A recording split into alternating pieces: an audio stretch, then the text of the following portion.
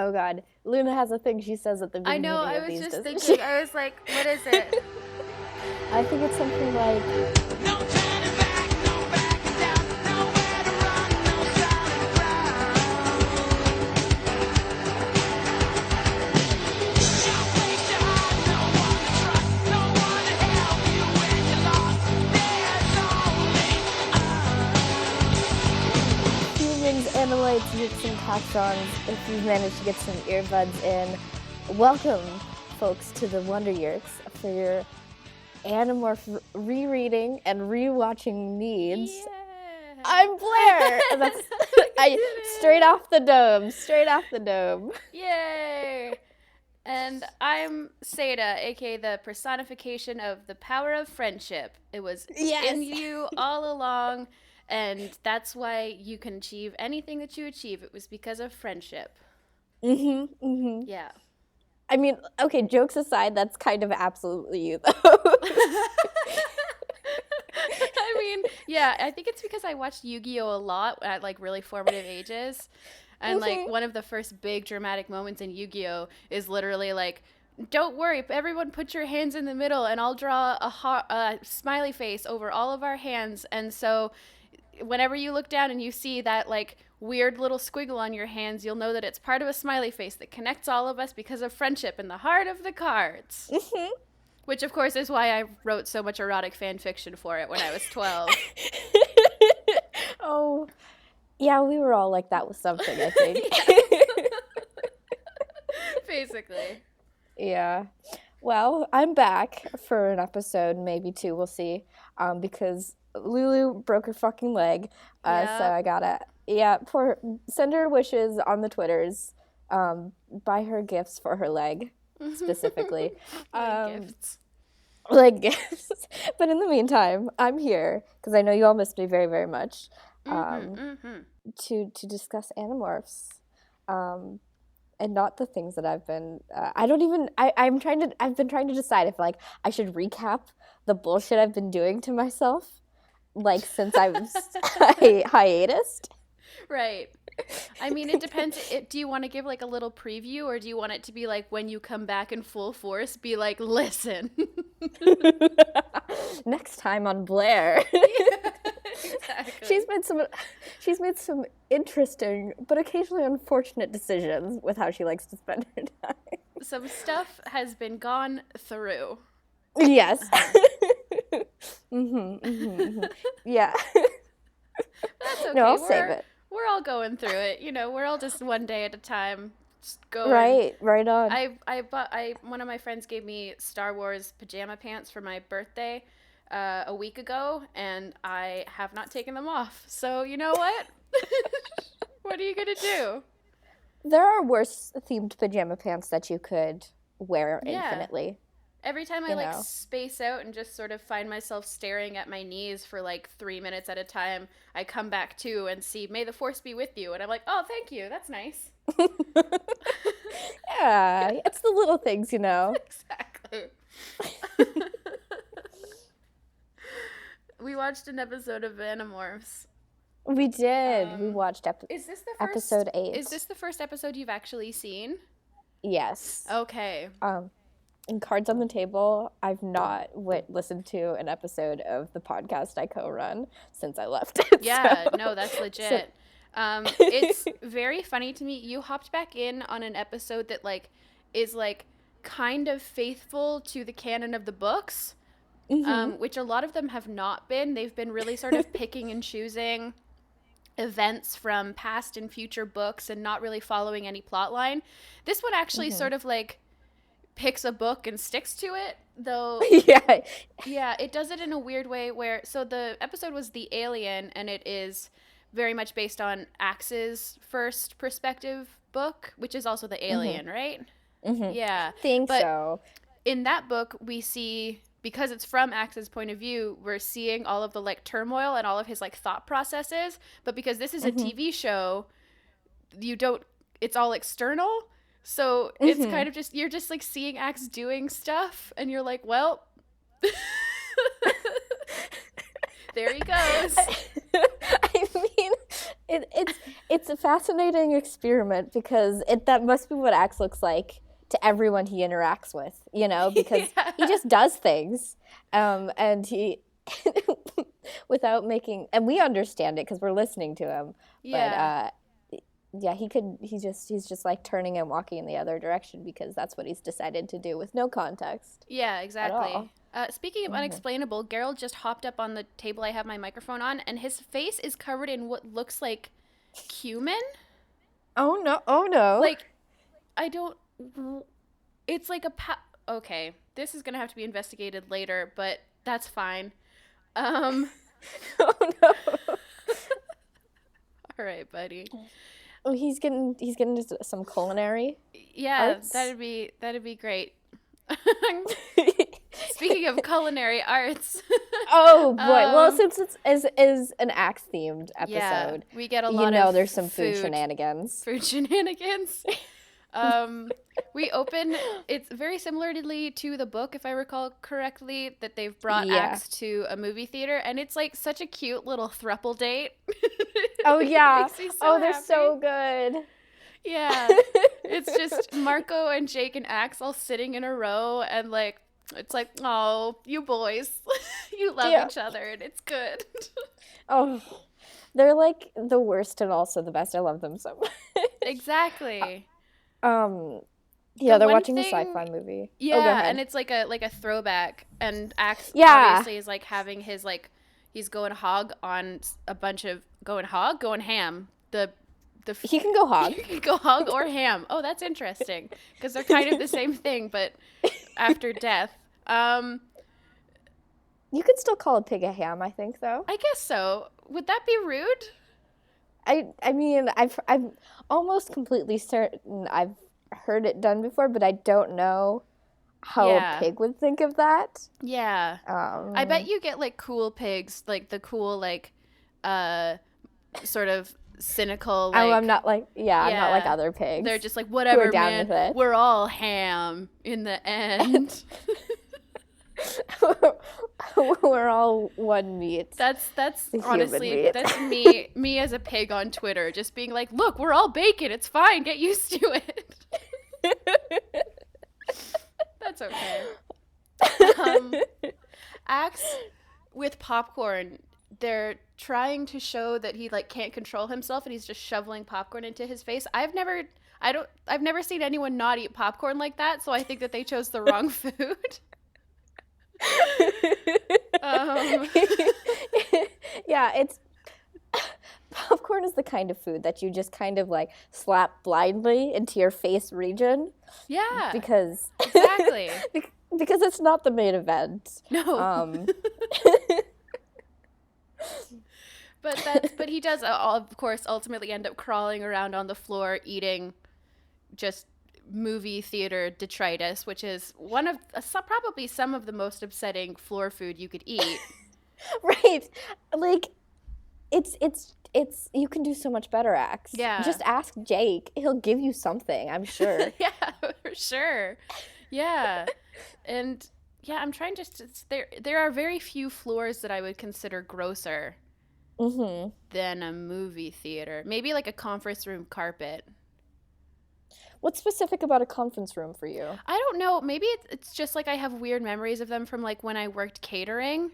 Like it always just feels like, oh, cool, I'm in the one building of the room that doesn't get reception. I don't have the Wi-Fi because I don't work in this building, and this carpet just looks like if you spilled water on it, it would come up a different color. Yeah, something about it. You know what? Also, I think that partially it's some little really incredibly stupid part of my brain believes that like the boring business feeling of the room gets trapped in the carpet somehow. Like if I eat this, it's like eating people talking about the business and capitalism. Right, yeah, whatever business people talk about, savings and loans and shit like that, you know? Graphs. Graphs. Synergy. All of those things. All of those things. Oh no, terrifyingly, this is reminding me I'm going to have to join like the actual workforce soon, so I'm going to have to talk about synergy probably at some Oh, point in my no. life. Oh, no. That's scary. I don't want to be that guy. Oh no. The only synergy you like is sin energy, Oh, right? because of yeah. Satan. Oh yeah. Oh right. That's a Yeah. new feature in my life that I'll slap in right here. No one knows that I'm a Satanist now. But now you do. Yeah. Hail Satan. Hail Thanks, Satan. guys. It's all cool. And I only just like constantly now every day get to see for a second think that I'm being hailed on stuff. Be like, Hail Satah, yay! Oh, it's the other one. Yeah. Well, I mean, you can just think of it as an honorary hail to you. Yeah. You know? Hail yourself. Hail yourself. Absolutely. Okay, we're off track. We are extremely off track. Okay. Axe scares a child by he's Demorphing a little bit.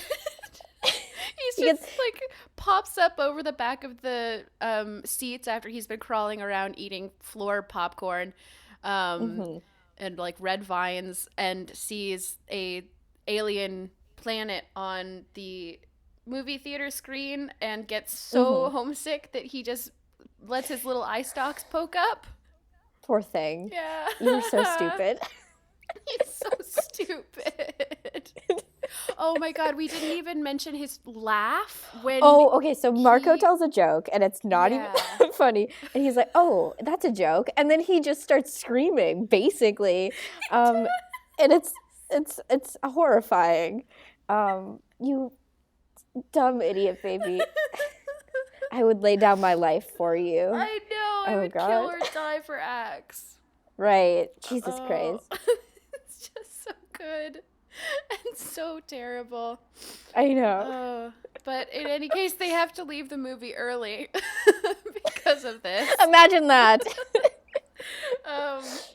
And they give us great sort of throwaway line to tell why this is going to be a boys episode. I hated that. That they're like, Cassie's at the Save the Animals thing, and Rachel's with her, and Tobias lives in a tree. He sure does. Yeah. But, you know, he does that when he hangs out with you, too, so I don't know if that's... I mean, it's fine, but... Yeah. It's just a bros night tonight. Yep. No birds allowed. Birds allowed. Which is also an old-fashioned new way of saying women. I was just so, thinking, you know, it works. Yeah. It's perfect. Yeah. We got this. We're so good at the human language.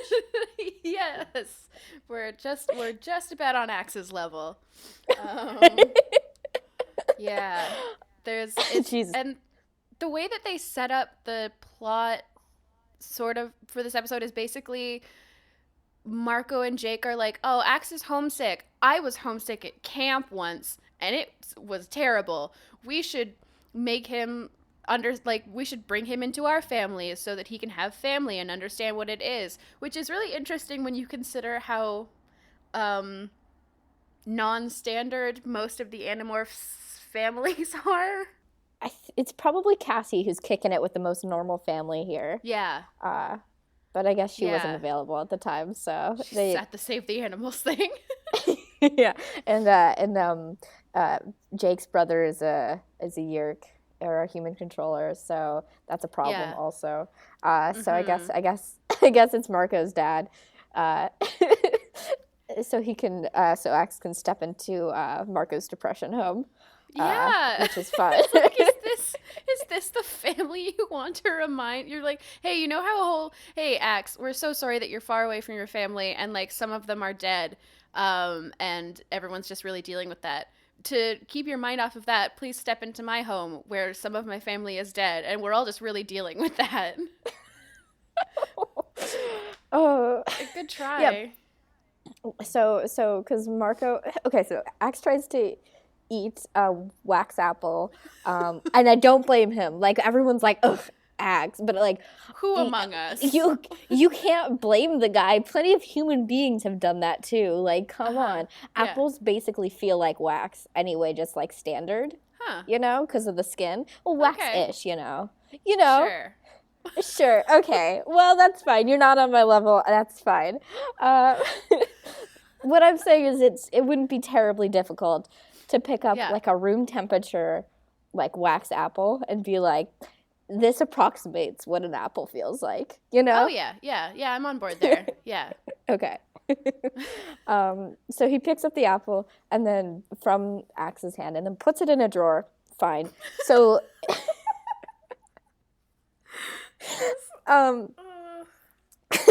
and there's a photo of a woman, and we're all like, I wonder who that is.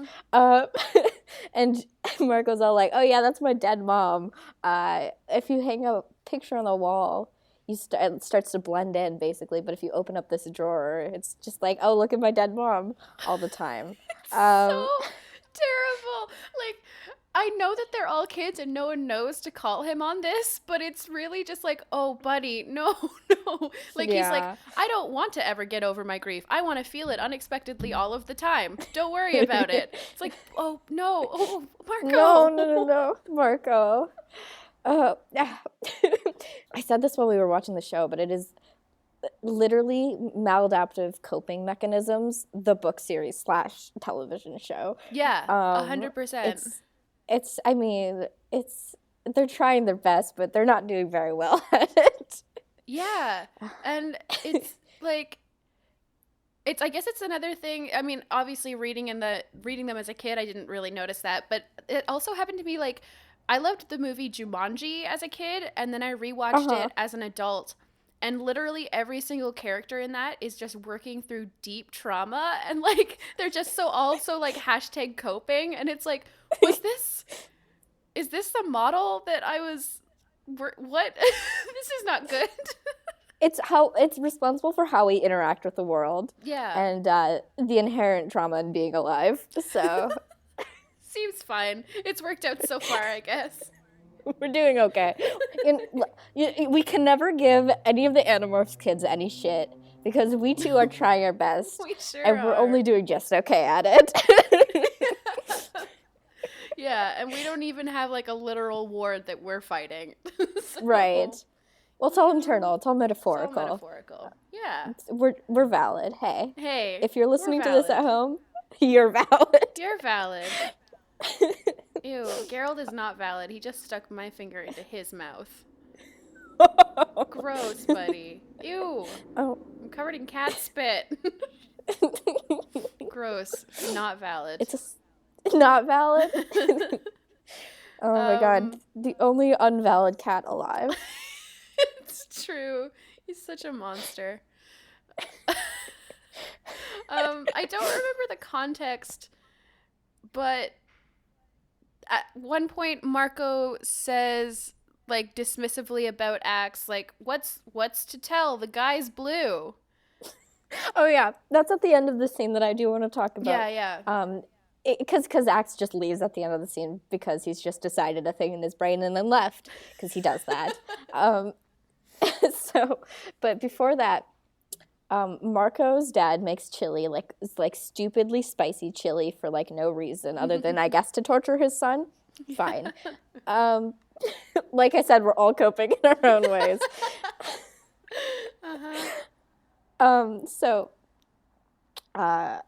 As one might expect, Axe eats literally all of it.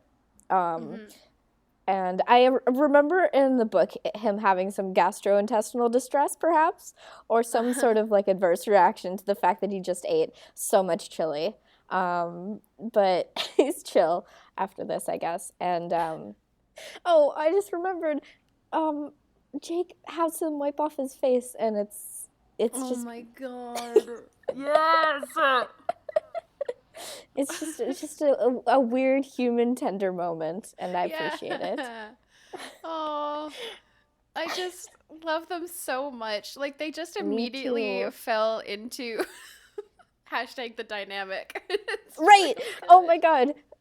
Oh Jake. Oh Jake. He is such a sweater boy. Such a sweater boy. And Axe is such a nightmare.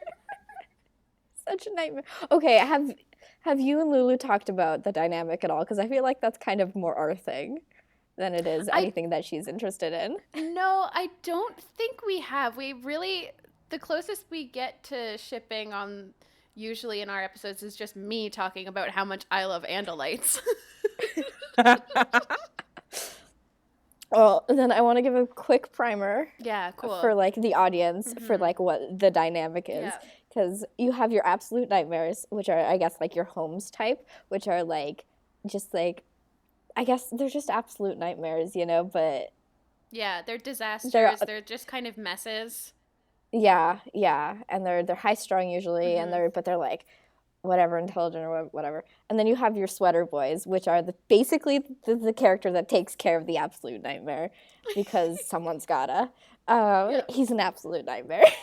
So it's the Watson type, if we're gonna talk about it in that way. It's a field of academic scholarship. And I have my PhD in it. Yep. So Doctor in shipping discourse.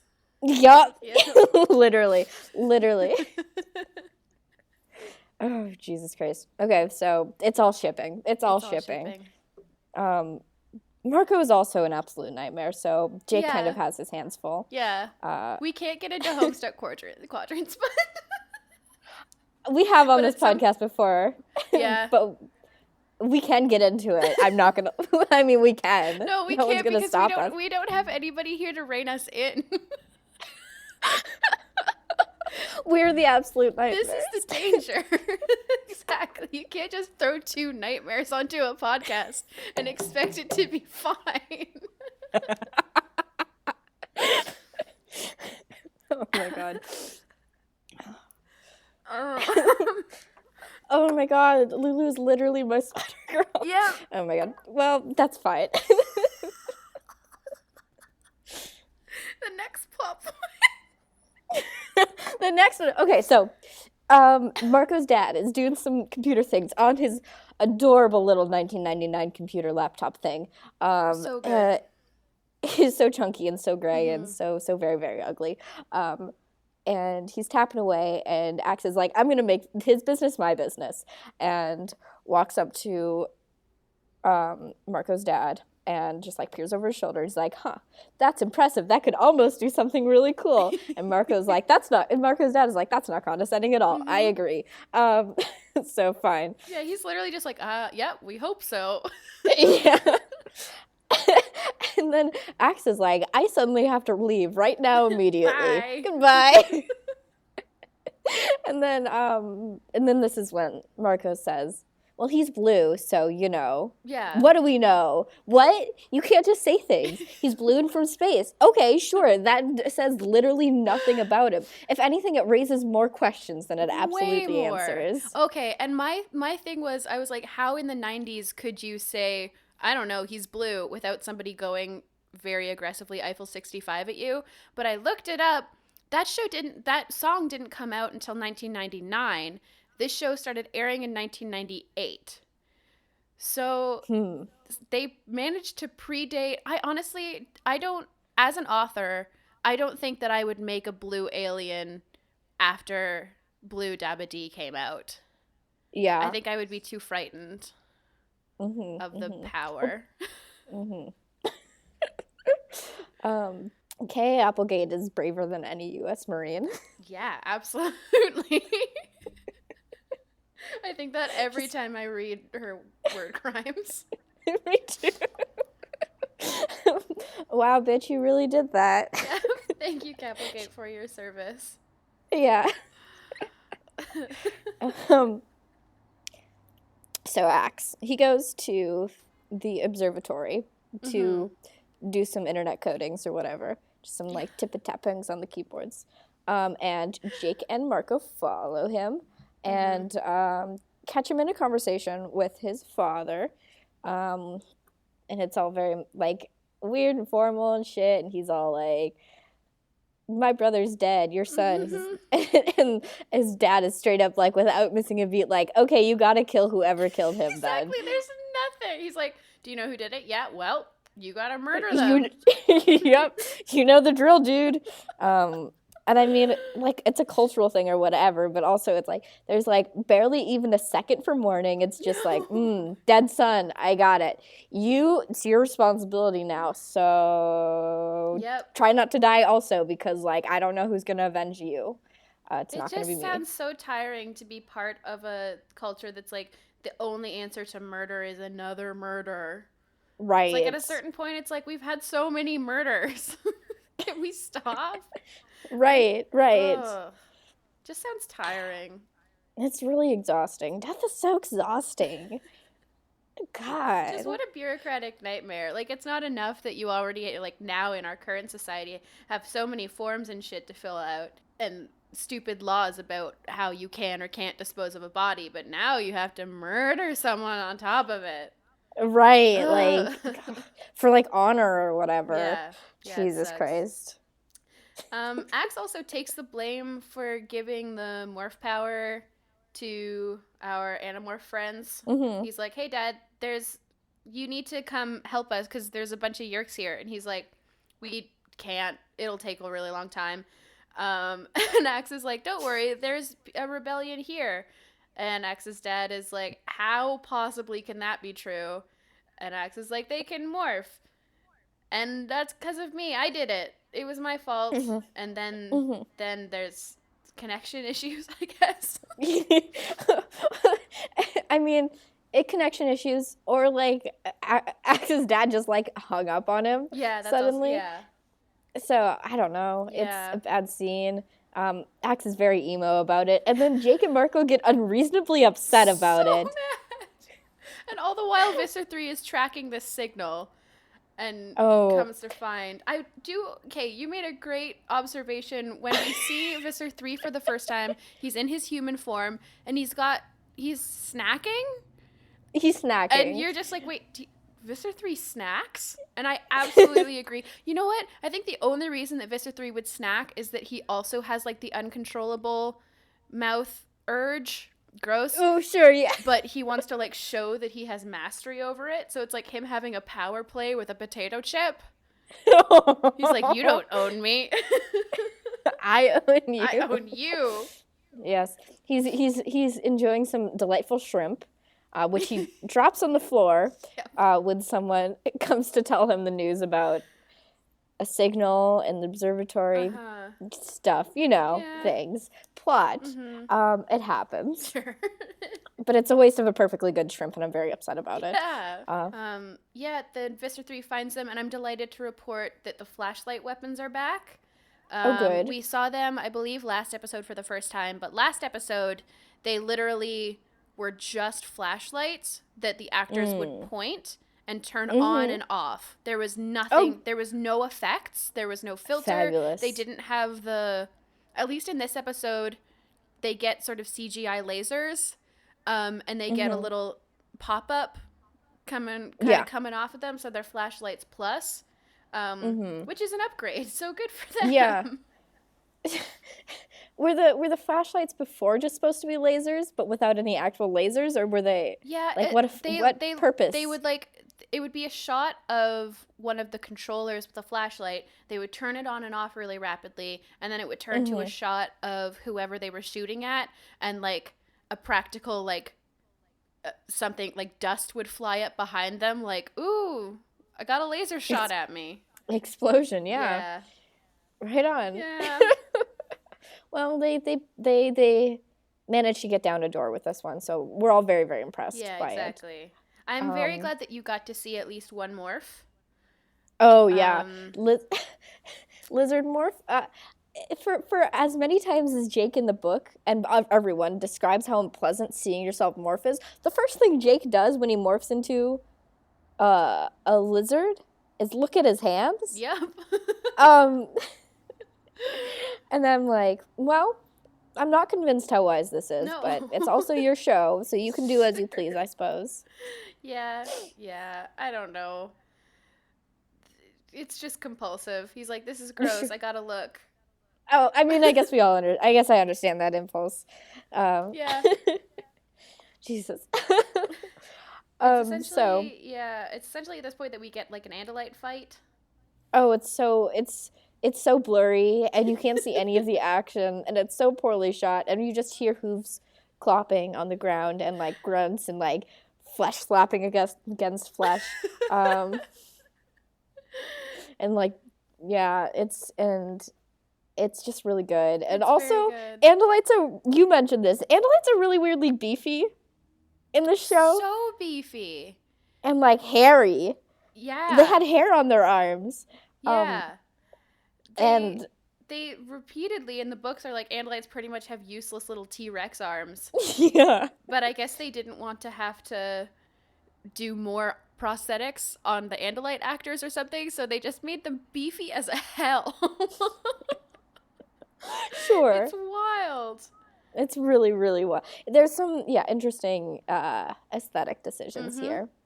But I mean, the 90s was a bunch of interesting aesthetic decisions.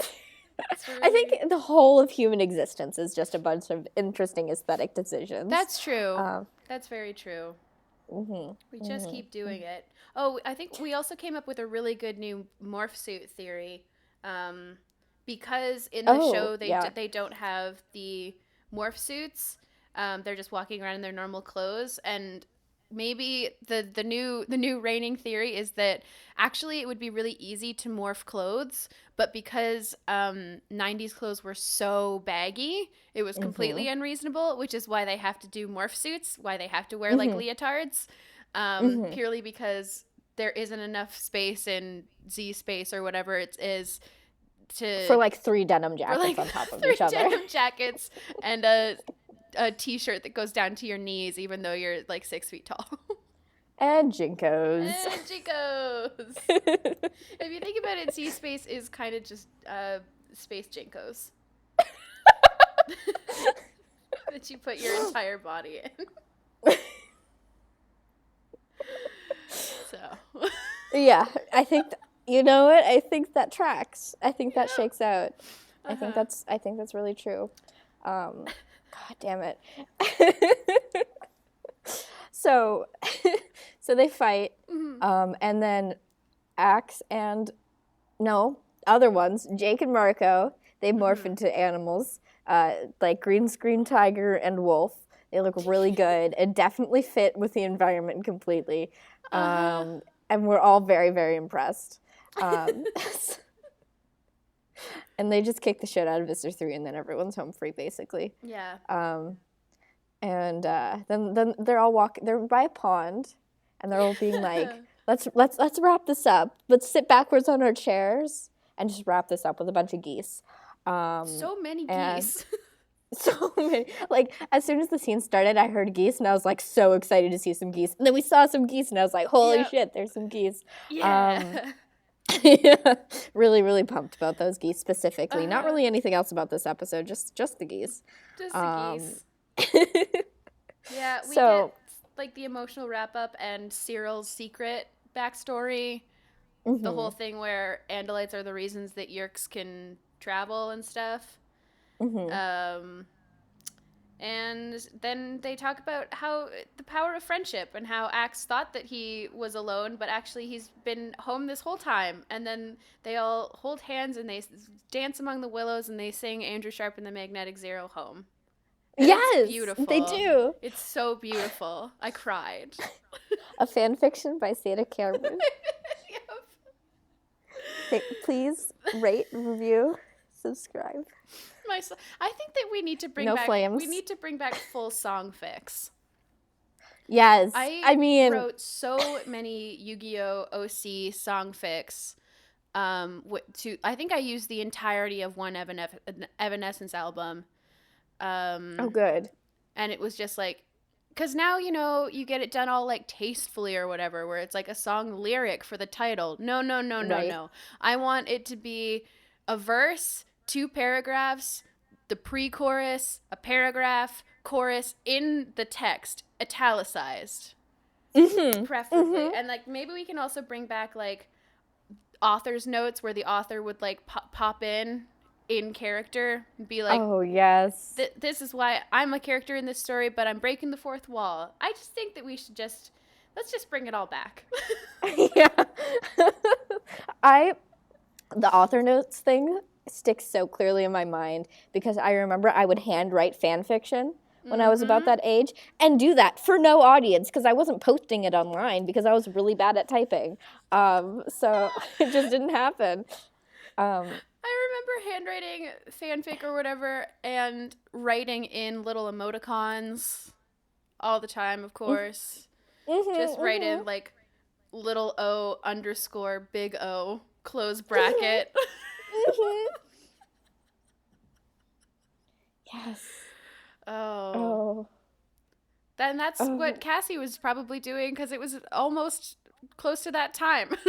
It was literally what Cassie was doing. Yeah. What fandoms do you think Cassie was in? What do you think she was really into? Man, what was popular then? Yeah, it's hard I was like 3. Yeah, and I wasn't like I didn't know any, like,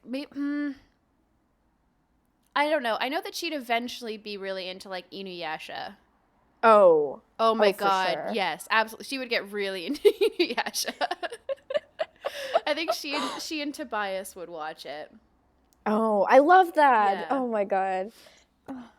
I'm having an emotion about that. I just want Cassie and Tobias to have a little anime club. It would make me really happy. Yes! Oh, yes. Oh my God. And Cassie keeps trying to get Rachel into it, and she's like, no, you'll like this one.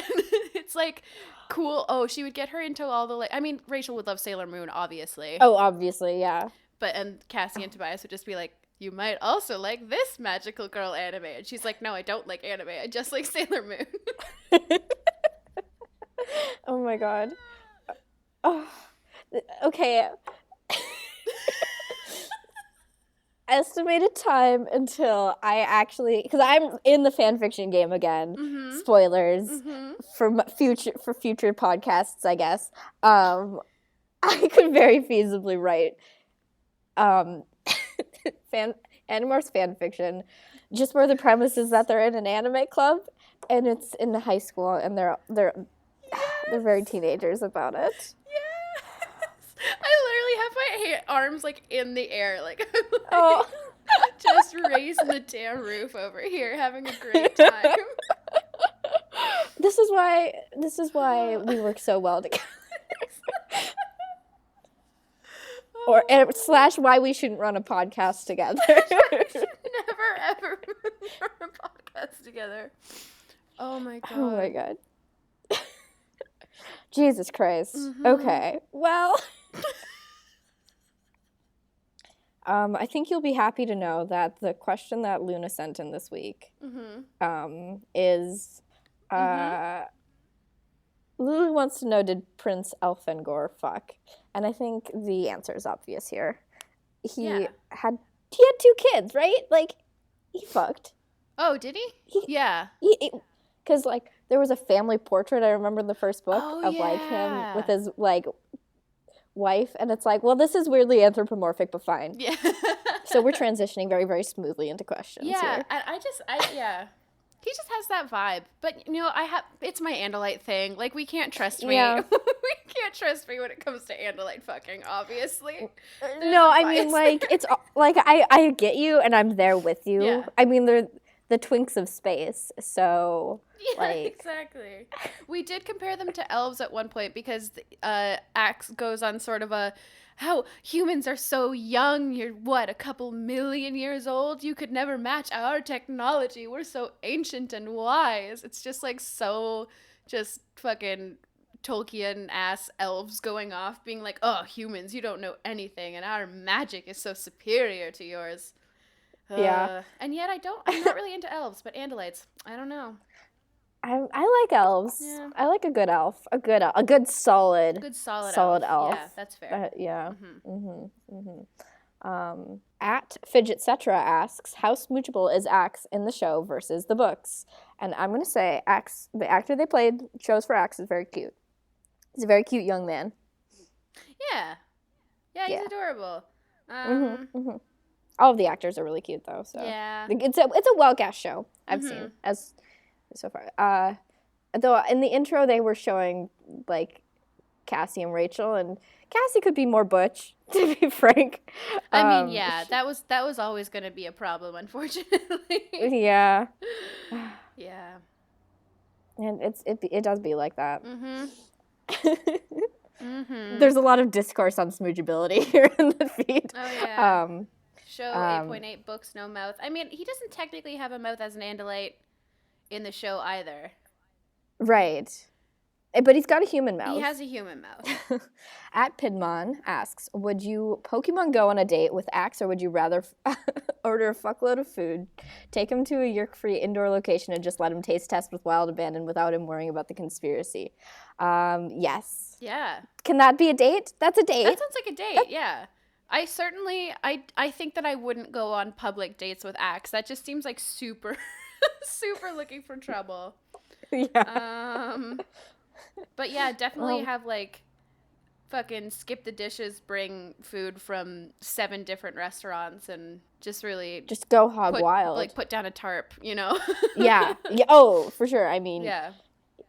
Just like feed your inner hedonist. Yeah. I think it'd be fun. I mean, sometimes that's all I want to do. Yeah.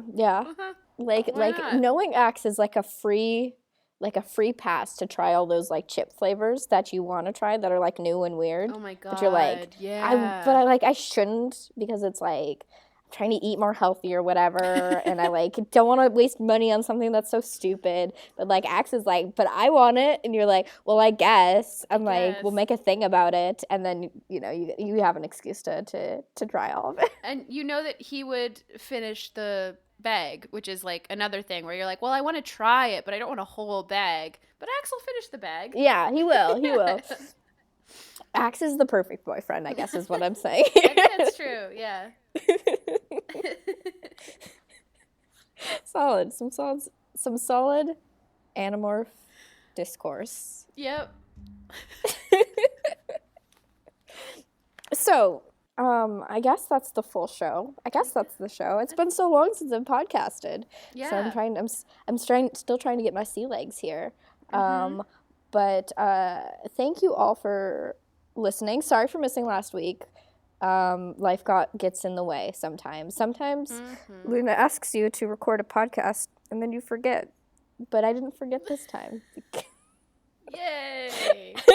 I will take the fall for that one fully and completely. If you want to support the show, you can do so patreon.com/fearbaiting. Pop us a few dollars. Help us accumulate wealth.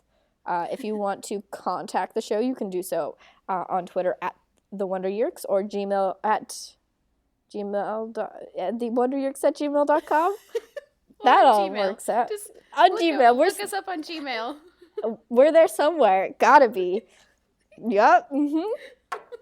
Hey, you guys. Hey, I'm turning. This is when like I'm a youth pastor and I'm turning my chair backwards and I'm gonna sit on it backwards. We're just gonna rap for a second. You can find me on Twitter at Blair Kitsch or on Tumblr at Blair Kitsch.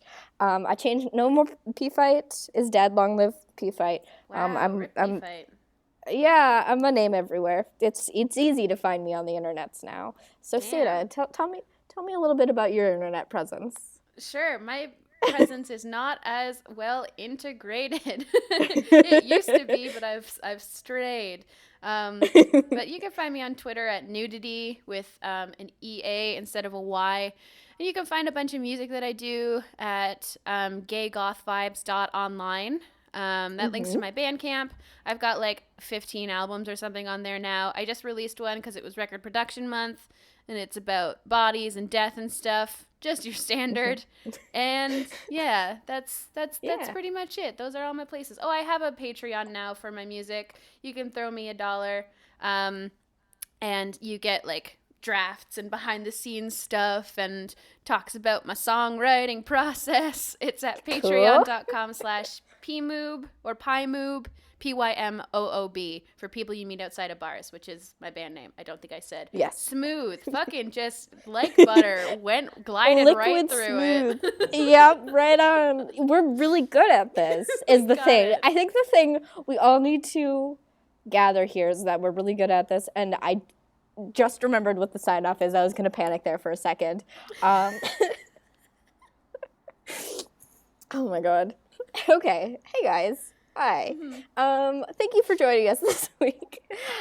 We will see you next week. But until then, I am Blair. And I'm Satah. And remember, keep your hand on that escape device. Yeah! Got it, and one, and the not